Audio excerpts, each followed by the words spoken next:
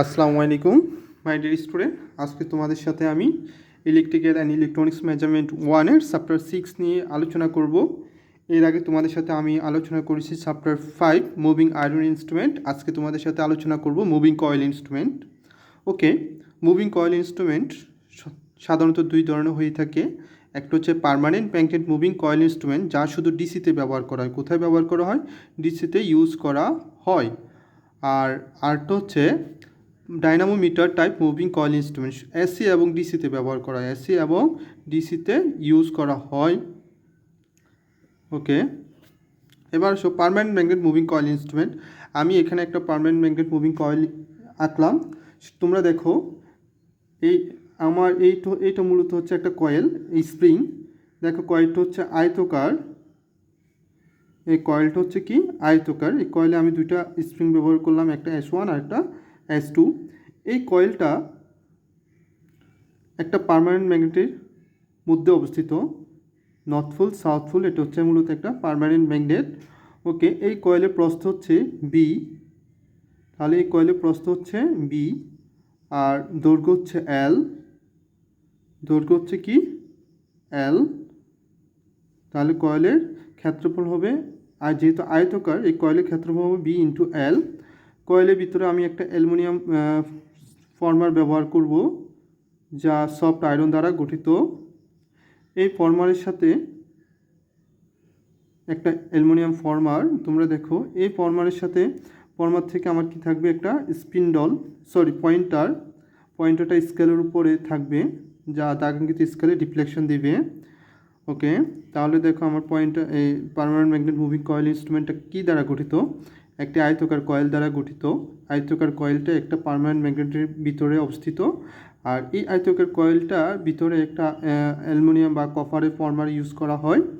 এই ফর্মারের মধ্যেই মূলত স্পিন্ডল বা মুভিং সিস্টেম থাকে। মুভিং সিস্টেমের সাথে আমার পয়েন্টার সংযুক্ত থাকবে। এই পয়েন্টারটা স্কেলের উপরে ডিফ্লেকশন দিবে। এই গঠনটা হচ্ছে এটা পার্মানেন্ট ম্যাগনেট মুভিং কয়েল ইনস্ট্রুমেন্টের গঠন। Permanent magnet moving coil instrument একটি স্থায়ী চুম্বক ও একটি কয়েল দ্বারা গঠিত। তাহলে আমি কি বলছি, একটা স্থায়ী চুম্বকের দুইটা পোল, নর্থ পোল এবং সাউথ পোল দ্বারা গঠিত, এবং একটা কয়েল দ্বারা গঠিত। কয়েলটি আয়তকার আকৃতির হয়ে থাকে। তাহলে আমি এখানে যে কয়েলটা আঁকলাম সেটা আয়তকার আকৃতির হয়ে থাকে এবং অ্যালুমিনিয়াম বা কপারের পাতলা পাতের উপর বহু সংখ্যক প্যাচ দিয়ে তৈরি। এই কয়েলটা অ্যালুমিনিয়াম বা কপারের পাতলা পাত দ্বারা গঠিত, যা বহু সংখ্যক প্যাচ দ্বারা তৈরি।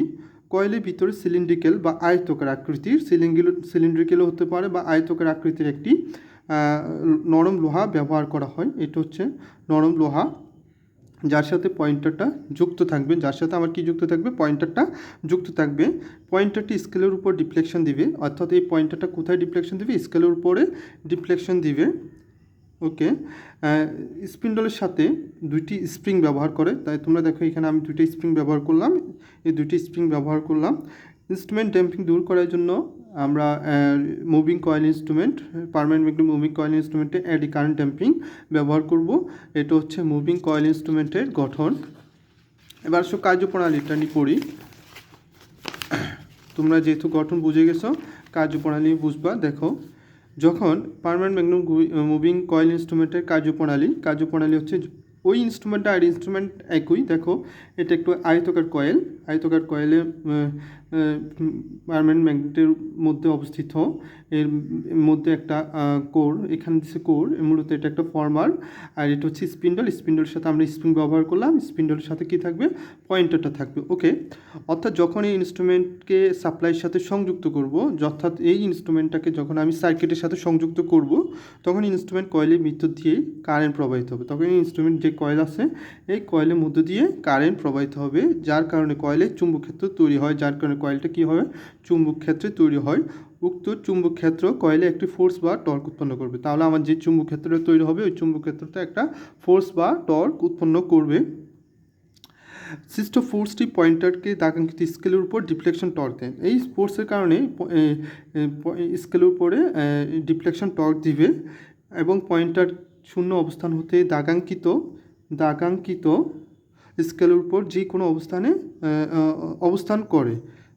দাগনতি স্কেলে যে কোনো অবস্থানে অবস্থান করে এবং উক্ত ডিফ্লেকশন টর্ক কন্ট্রোল করার জন্য স্পিন্ডলের সাথে দুইটি স্প্রিং ব্যবহার করা হয়, মানে এখানে একটা স্প্রিং ব্যবহার করা হয় আর একটা এখানে একটা স্প্রিং ব্যবহার করা হয়।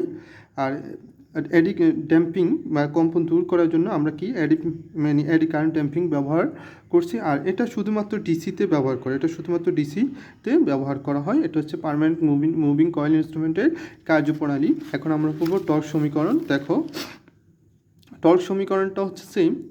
আচ্ছা, মনে করি ম্যাগনেট এবং কয়েলের মধ্যে এয়ার গ্যাপের ফ্লাক্স ডেনসিটি বি সমান হচ্ছে, তোমাদের পরীক্ষা আসে কিন্তু টর্ক সমীকরণটা, মনে করি বি বড় হাতে বিটা হচ্ছে ফ্লাক্স ডেনসিটি। ফ্লাক্স ডেনসিটিটা কোথায়? ম্যাগনেট এবং কয়েলের মধ্যে যে এয়ার গ্যাপ আছে, এই ম্যাগনেট, এই দেখো ম্যাগনেট এবং কয়েলের মধ্যে একটা এয়ার গ্যাপ আছে, এই এয়ার গ্যাপের মধ্যে ফ্লাক্স ডেনসিটিকে বড় হাতের বি ধরলাম। এল হচ্ছে কয়েলের দৈর্ঘ্য, মানে এই এলটা হচ্ছে কয়েলের দৈর্ঘ্য। ছোটো হাতে বিটা হচ্ছে কয়েলের প্রস্থ, অর্থাৎ এই ছোটো হাতে বিটা হচ্ছে কয়েলের প্রস্থ। যেহেতু কয়েলটা আয়তকার, তাহলে এর ক্ষেত্রফল হবে কি এ ইন্টু বি ইন্টু এল, প্রস্থ ইন্টু দৈর্ঘ্য। এন হচ্ছে কয়েল তারের প্যাচ সংখ্যা, মানে এই কয়েলের মধ্যে যে আমার পাতলা শীট থাকবে এটা প্যাচ সংখ্যা।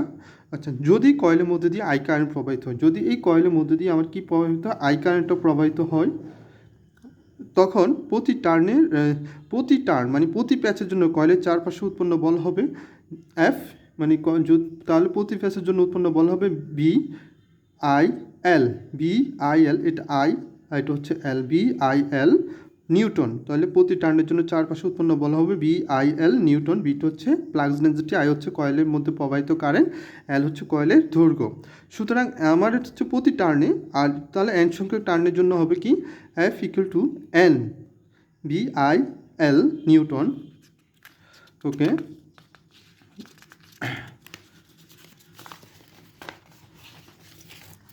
তোমরা দেখো।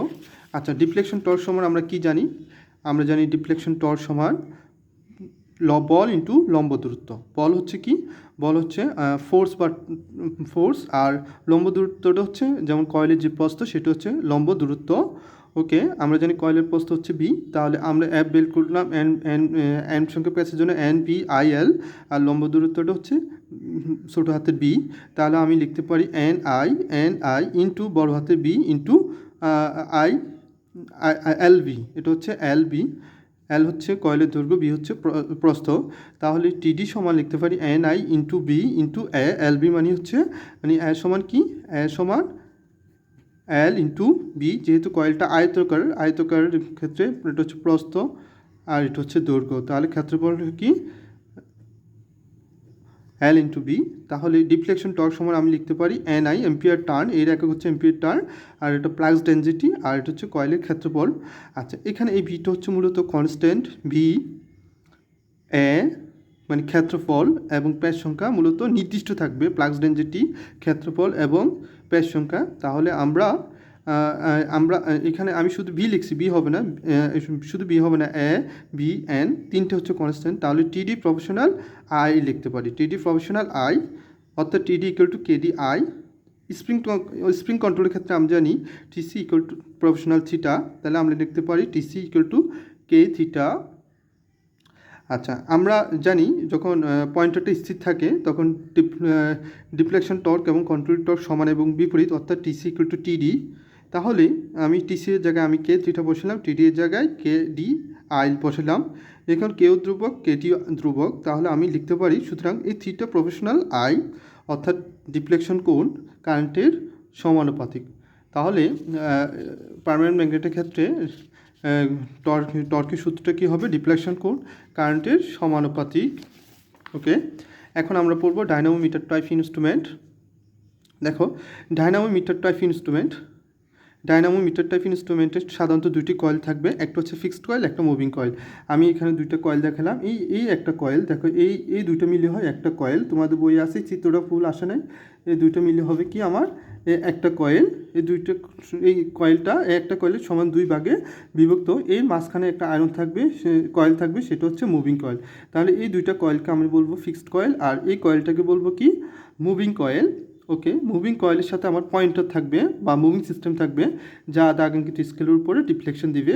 এই কয়েলের মধ্যে দিয়ে আমার আই কারেন্টটা প্রবাহিত হবে I1, আর এই কয়েলের মধ্যে দিয়ে কারেন্ট প্রবাহিত হবে I2 কারেন্ট, মানে এই কয়েলের মধ্যে দিয়ে প্রবাহিত হবে I2 কারেন্ট। আর মাঝখানে আমার কি ব্যবহার করা হবে, একটা লোড ব্যবহার করবে। এই লোড ভোল্টেজটা I2 কারেন্টের সমানুপাতিক, অর্থাৎ ভোল্টেজ যত বেশি বাড়বে I2 কারেন্টটা তত বেশি বাড়বে। ওকে, আমি এইটাই পড়বো, এটা কার্যপ্রণালীতে বলবো। দেখো, ডায়নামো টাইপ মুভিং কয়েল ইনস্ট্রুমেন্টে দুটি কয়েল থাকে, যথা ফিক্সড কয়েল এবং moving coil.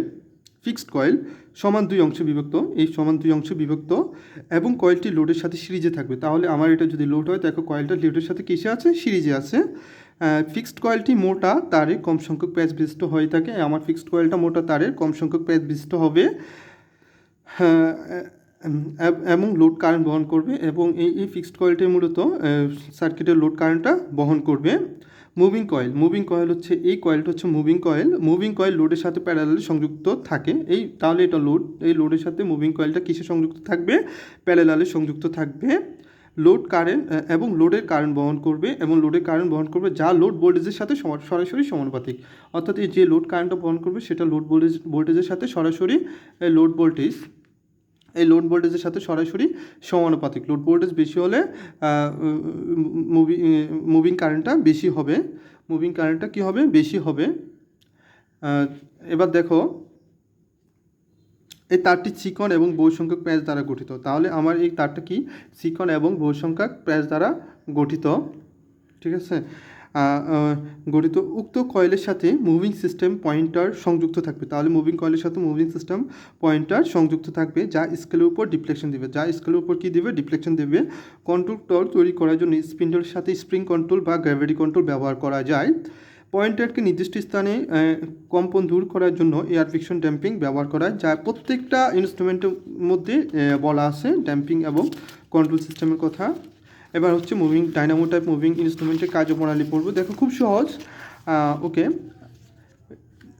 Dynamo type moving coil ইনস্ট্রুমেন্টের কার্যপ্রণালী বা টর্ক সমীকরণ। মনে করি ফিক্সড কয়েল এবং মুভিং কয়েল। ফিক্সড কয়েলকে সাধারণত অ্যাপ দ্বারা প্রকাশ করা হয় তোমাদের বইয়ে, ছোটো হাতের অ্যাপ বা বড় হাতের অ্যাপ।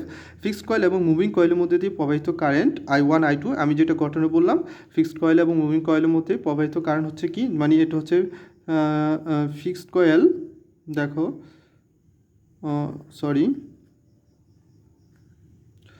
এটা যদি ফিক্সড কয়েল হয়, এখানে হচ্ছে লোড। ওকে, এটা হচ্ছে একটা মুভিং কয়েলের সাথে এই লোডটা সংযুক্ত, ঠিক আছে। এটা হচ্ছে মুভিং কয়েলের সাথে স্কেল থাকবে, পয়েন্টার থাকবে। তাহলে এখানে I1 কারেন্ট প্রবাহিত হবে, আর এখানে I2 কারেন্ট প্রবাহিত হবে। এটা হচ্ছে ফিক্সড কয়েল, আর এটা হচ্ছে মুভিং কয়েল, এই দুইটা ফিক্সড কয়েল। অর্থাৎ মনে করি ফিক্সড কয়েল এবং মুভিং কয়েল এর মধ্যে দিয়ে প্রবাহিত কারেন্ট যথাক্রমে I1 I2। তাহলে এখানে ধরবো ফিক্সড কয়েলের মধ্যে দিয়ে প্রবাহিত কারেন্ট I1, আর মুভিং কয়েলের মধ্যে দিয়ে প্রবাহিত কারেন্ট I2। ফিক্সড কয়েলে প্লাক্স ডেনসিটি B, তাহলে ফিক্সড কয়েলে যে প্লাক্স ডেনসিটি থাকবে B কারেন্টের সাথে সরাসরি সমানুপাতিক। অর্থাৎ ফিক্সড কয়েলের যে কারেন্ট I1 আছে সেটার সাথে প্লাক্স ডেনসিটি B এর সমানুপাতিক, অর্থাৎ B প্রফেশনাল I1, আমি B সমান K I1 লিখতে পারি। আচ্ছা, মুভিং কয়েল আয়তকার বা গোলকার হয়ে থাকে, সেটা আমরা জানি, যার ক্ষেত্রফল হচ্ছে L × B, মানে দৈর্ঘ্য গুণ প্রস্থ। প্রতি সংখ্যক প্যাচের জন্য আমরা জানি ফোর্স সমান B I2 × L। আমরা জানি প্রতি সংখ্যক প্যাচের জন্য আমরা ধরলাম F = BIL নিউটন। কিন্তু আমরা এখানে I2 ধরলাম কেন, মুভিং কয়েলের মধ্যে দিয়ে প্রবাহিত কারণ হচ্ছে I2। আচ্ছা, সুতরাং N সংখ্যক প্যাচের জন্য কয়েলে ফোর্স বা টর্ক হচ্ছে F সমান NB I2 × L নিউটন। এবার দেখো, তাহলে আমরা জানি মুভিং কয়েলের টর্কটা তাহলে কী হবে, ফোর্স ইন্টু কয়েলের প্রস্থ। তাহলে ফোর্স হচ্ছে কি FB I2 × L, এটা হচ্ছে পুরোটা হচ্ছে ফোর্স, আর কয়েলের প্রস্থ হচ্ছে B, কয়েলের প্রস্থটা কি B। ওকে, কয়েলের প্রস্থ B। তাহলে দেখো L × B সমান A, তাহলে NB I2 × A newton metre. আচ্ছা, এখানে দেখা যাচ্ছে এই B এর মান আমরা এর আগে বের করলাম B সমান KI1। আমরা এইখানে KI1টা ইউজ করলাম, B এর জায়গায় KI1 I2 এই I2 ইন্টু এ নিউটন মিটার, এখানে এন কে এ হচ্ছে যেমন এই দুটো হচ্ছে কনস্ট্যান্ট আর এটা ধ্রুবক, তাহলে আমরা লিখতে পারি এই তিনটাকে আমরা একসাথে লিখতে পারি K1 I1 I2। এখানে দেখো আমি লিখলাম এন কে এ হচ্ছে ধ্রুবক, তাহলে স্প্রিং কন্ট্রোল টর্কের ক্ষেত্রে আমরা জানি আবার কি টিসি প্রফেশনাল থিটা, অর্থাৎ TC equal to K theta. আবার আমরা জানি টিসি ইকুয়াল টু টিডি, আমরা টিসি এর জায়গায় আমি বসাবো কি কে থিটা, আর টিডি এর জায়গায় বসাবো হচ্ছে K1 I1 I2, তাহলে থিটার প্রফেশনাল I1 I2 লিখতে পারি। ওকে, আচ্ছা এখানে আরও কিছু অংশ বাদ আছে, সেটা হচ্ছে এটা আমার ভুল ক্রমে হয়তো প্রিন্ট করা হয় নাই। দেখো ডায়নামো টাইপ আমার এমিটার হতে পারে বা ভোল্ট মিটার হতে পারে। এখানে আমরা জানি থিটা প্রফেশনাল I1 I2, আমি এখানে একটা ডায়নামো টাইপ এমিটার রাখলাম। দেখো ডায়নামো টাইপ এমিটার এটা হচ্ছে ফিক্সড কয়েল, এই দুটো হচ্ছে ফিক্সড কয়েল আর এটা হচ্ছে মুভিং কয়েল। তাহলে এই ফিক্সড কয়েল এবং মুভিং কয়েলের মধ্যে দিয়ে আমার একই কারেন্ট প্রবাহিত হবে, ঠিক আছে। তাহলে অর্থাৎ এমিটারের ক্ষেত্রে ডায়নামো টাইপ এমিটারে মুভিং কয়েল ও ফিক্সড কয়েলের মধ্যে দিয়ে একই কারেন্ট প্রবাহিত হবে, অর্থাৎ আমার যে I1 যে কারেন্টটা প্রবাহিত হবে I2 একই কারেন্ট আর I একই কারেন্ট প্রবাহিত হবে, অর্থাৎ I1 equal I2 equal I। তাহলে আমি এই ইকুয়েশন থেকে জানি থিটা প্রফেশনাল I1 I2, তাহলে আমি লিখতে পারি theta professional I into I, তাহলে থিটা প্রফেশনাল I স্কোয়ার। মানে ডায়নামো টাইপ এমিটারের ক্ষেত্রে ডিফ্লেকশন কোণ কারেন্টের বর্গের সমানুপাতিক। তাহলে এটা কার জন্য? ডায়নামো টাইপ এমিটারের ক্ষেত্রে। যদি আমার ডায়নামো টাইপ ভোল্ট মিটার হয়, তোমরা দেখো ডায়নামো টাইপ এমিটার এবং ভোল্ট মিটার প্রায় একই রকম, জাস্ট এখানে ডায়নামো টাইপ ভোল্ট মিটারের সাথে সিরিজে একটি উচ্চমানের রেজিস্ট্যান্স সংযুক্ত আছে। দেখো মুভিং কয়েলের সাথে সিরিজে একটি উচ্চমানের রেজিস্ট্যান্স আছে। আচ্ছা ডায়নামো টাইপ ভোল্ট মিটারের কয়েল দিয়ে একই কারেন্ট প্রবাহিত হবে, অর্থাৎ আমার এখান থেকে যে I1 কারেন্ট প্রবাহিত হবে, এখানে এটো I1 মানে I1 I2 I সমান কারেন্ট প্রবাহিত হবে। আবার আমরা জানি এই I2 কারেন্টটা এখানে এটা যদি মুভিং কয়েলের মধ্যে দিয়ে I2 কারেন্ট প্রবাহিত হয় যা লোড ভোল্টেজের সমানুপাতিক, অর্থাৎ এই I2 লোড ভোল্টেজের সমানুপাতিক, অর্থাৎ I প্রফেশনাল B। আমরা জানি এই ইকুয়েশন থেকে আমরা যে কী জানি থিটা প্রফেশনাল I1 I2, তাহলে আমরা লিখতে পারি থিটা প্রফেশনাল I1 I2।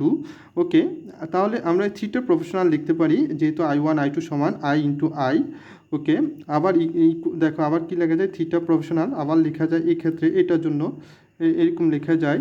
দেখো থিটা প্রফেশনাল আমি জানি I ইন্টু I, তাহলে থিটা প্রফেশনাল I থিটা দেখো লোড ভোল্টেজের সমানুপাতিক I এর জায়গায় আমি B দিতে পারি, অর্থাৎ থিটা প্রফেশনাল B স্কোয়ার। অর্থাৎ ডায়নামো টাইপ ভোল্ট মিটারের ক্ষেত্রে ডিফ্লেকশন কোণ ভোল্টেজের বর্গের সমানুপাতিক। তোমাদের অসংখ্য ধন্যবাদ, মনোযোগ সহকারে তোমরা এই ভিডিওটা দেখবা। আশা করি তোমরা খুব সহজে শিখতে পারবে এবং জানতে পারবা। ধন্যবাদ সবাইকে।